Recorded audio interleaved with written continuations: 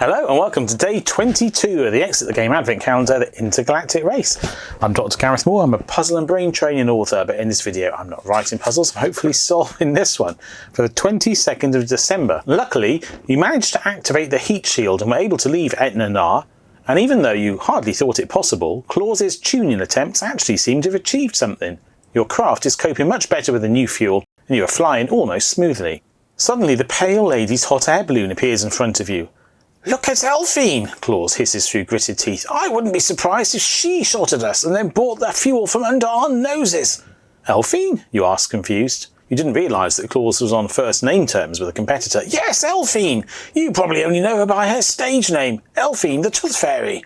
Suddenly the penny drops. The flashy hat, the tooth-shaped hot air balloon, of course! She is the Tooth Fairy. "She's taking part in the Le Mans race?" you ask, a little surprised. "Yeah, sure," Claus replies. "Elphine likes to take part in anything that gives her a bit of a change from her tasteless job. Whenever a child loses their first tooth, Elphine has to bring them a gift. Think of what a hassle that is. Get presents, wrap presents, fly to the children, wait until late at night when everyone is asleep, drop off presents, and then go back home. Super stressful.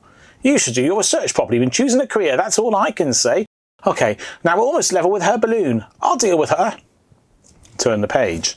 What is on the back? Is it more story or is it part of the puzzle? It must be more story because, oh my goodness, I can't attach it because it doesn't have the prompt for what to do.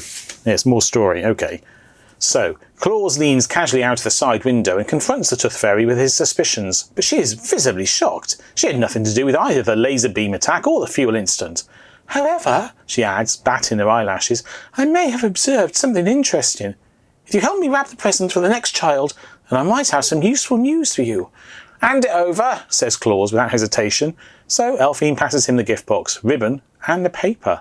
Now open door 22, behind which you will find two riddle cards, T1 and T2, two strange items, gift ribbon, and one strange item, parchment. Okay, so we're expecting two riddle cards, two ribbons and a parchment.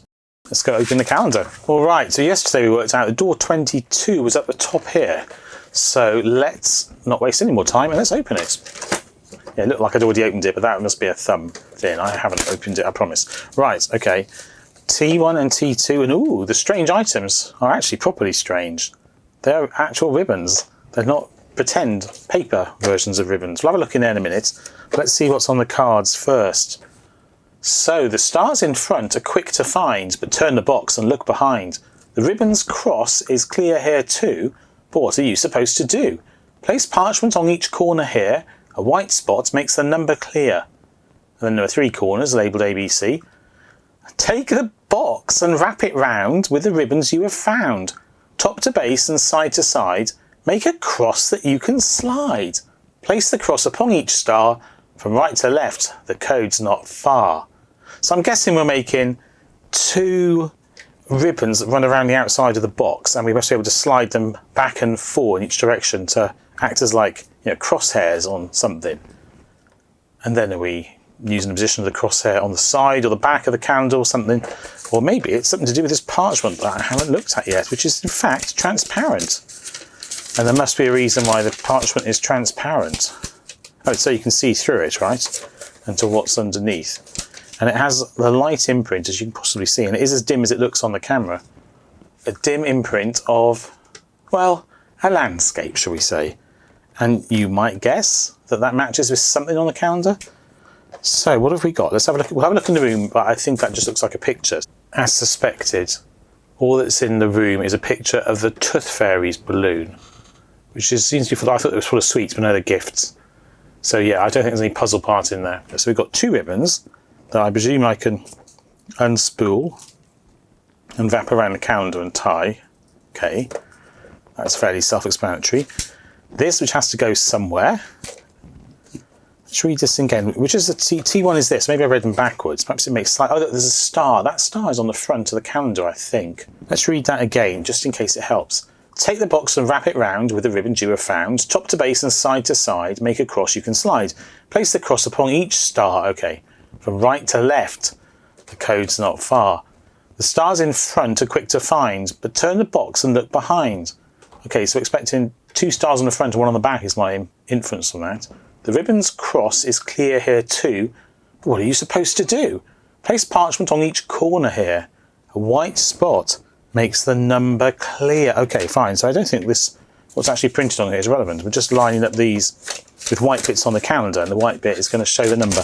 I don't know, let's just try it and see what happens. All right, so let's close the lid and look first of all for those stars. It should presumably be quite clear. So yes, there's one here. Well, let's find those first actually. There's one here, and it implied there was one on the back of the box.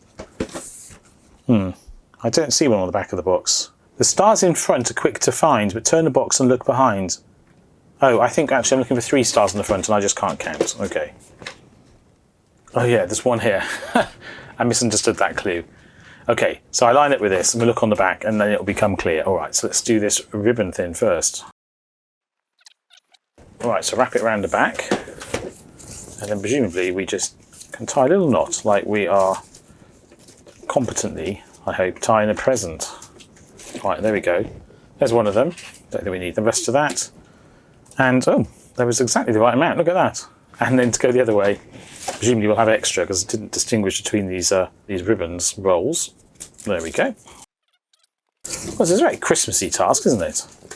Decorate. I mean, not that I generally tie ribbons around my presents, but many people do. And there we go. Right. So we've done the first bit, which is to tie ribbons around the box. So we line up with one of the stars. Well, I think this one here is going to be quickest to line up with. So up here, there, and then on the back. Sorry, and then the lower one here. Yeah, that's pretty good. And then we look on the back. Right. So it lines up here. And now what do we do? The stars in front are quick to find. Turn the box and look behind. The ribbon's cross is clear here too. Yes, that's true. Place parchment on each corner here for each code. A white spot makes the numbers clear. So I put the parchment corner here. Is that right? Because A is this corner, right? It must mean that, surely. Let's just put the parchment here and see what happens. Parchment has the ribbon, has the red ribbon, so it shows exactly how it goes. So it goes here like this. And where's their white spot? There isn't a white spot. And what does it mean by right to left? Because surely ABC. So on this card it said, top to base and side to side, make a cross you can slide. Place the cross upon the star from right to left. The code's not far. That's probably referring to the stars, isn't it? So I've done the rightmost star, which is A, you'd think. Or maybe it's C. Oh, golly.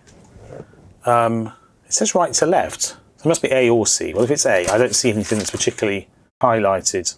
The white spot makes the numbers clear. I mean, there's a bit under the cosmos thing. What if I put it this side? Yeah, there's no white spots on here. I mean, there's obviously a white spot here. So let's try one of the other ones. Maybe one of the other ones will be more obvious.